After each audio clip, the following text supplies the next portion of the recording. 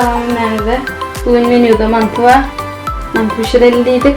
Germanya'da mantı pişirmek için hemmedatta Türkmenistan'dan getirmek hükmanlar. Böyle bahalar adet kumatra Türkmenistan'a göre.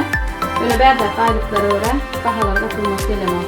Hamili yaymak için aşağı tarafı teyelet salsa berde 26 euro. Yine Türk mağazınlarına var.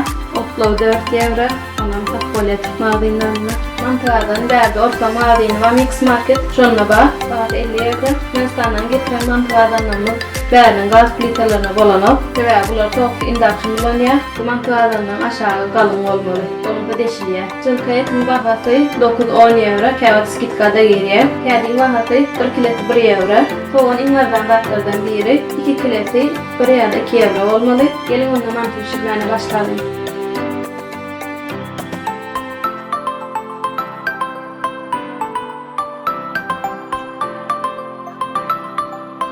Eğer daşar yurtta yaşayan olsanız mantığını saf etten tağımda suyucuk olmaz. Teveğe berdek etten yağı yok. Şunun için mantığın içine hükman kağıdı koşun, tağım suyucuk olar yani.